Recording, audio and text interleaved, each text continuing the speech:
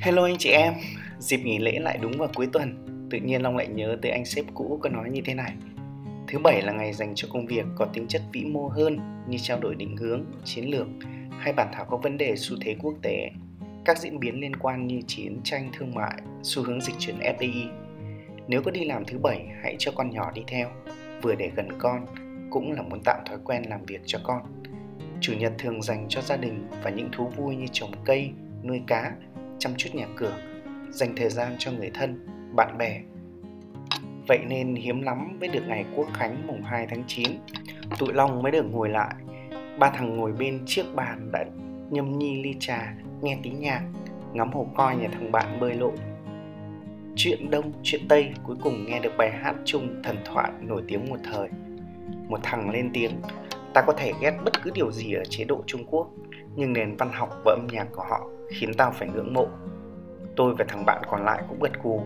Phải nói thật, văn hóa, văn học, nghệ thuật, âm nhạc, ẩm thực, phong cảnh, ngay cả phim cổ trang cũng không chê vào đâu được, điều này công nhận. Thằng bạn thứ hai của tôi nói: ấy thế mà ta đọc bình luận lại có thằng nói chúng ta bị đô hộ 1000 năm, giờ gốc gác cũng bị đồng hóa là Trung Quốc chú mày ạ. Nghe không hiểu nổi. Thằng bạn đầu tiên của tôi mới nói: tao kể mày nghe điều này để sau này mày có cái kể cho con cái về gốc gác của tổ tiên chúng ta nhé. Nhấp một ngụm trà một cách thư thái, thằng bạn bắt đầu chia sẻ. Từ xưa đất nước Việt cổ rộng lớn kéo dài từ Bắc Trung Bộ của Việt Nam ngày nay tới tận phía nam sông Dương Tử, mà sách sử Trung Quốc gọi là đất nước Xích Quỷ. Còn Việt Nam ta gọi là các nước Bách Việt gồm Âu Việt, Lạc Việt. Còn phía bắc sông Dương Tử là tộc người Hán. Trong khi tộc người Hán sống cuộc sống du mục, thì các dân tộc Bách Việt đã có nền văn minh lúa nước, văn hoa nữ chữ, thờ thần nông Viêm Đế và Lạc Long Quân. Nói nôm na là dân tộc Bách Việt đã có chữ viết riêng, thành tựu về nông nghiệp và văn hóa rất đặc sắc. Sau đó tộc người Hán đã xâm lăng xuống phía Nam, rõ ràng nhất là thời Tần Thủy Hoàng. Bọn người Hán đã xâm chiếm và đồng hóa gần hết các dân tộc Bách Việt. Chúng ăn cắp chữ viết rồi tự nhận là của mình, ăn cắp thành tựu nông nghiệp, văn hóa rồi tự nhận là của mình. Chúng tự nhận thần nông Viêm Đế là tổ của người Hán. Tộc người Hán đốt hết các văn tự của người Việt cổ. Chúng giết hết những tri thức của người Việt cổ nhằm xóa đi nguồn gốc của người Việt cổ, để chúng dễ bề đồng hóa. Người Việt cổ chỉ còn hai tộc chính là Âu Việt và Lạc Việt hợp nhất thành Âu Lạc, di cư dần về phía Nam. Sau này bị Triệu Đà thôn tính rồi bị nhà Hán 1000 năm đô hộ. Giai đoạn Hai Bà Trưng khởi nghĩa thành công đã giành lại được lãnh thổ tới tận phía nam sông Dương Tử. Ngày nay ở phía nam sông Dương Tử vẫn còn các di tích miếu thờ của Hai Bà Trưng.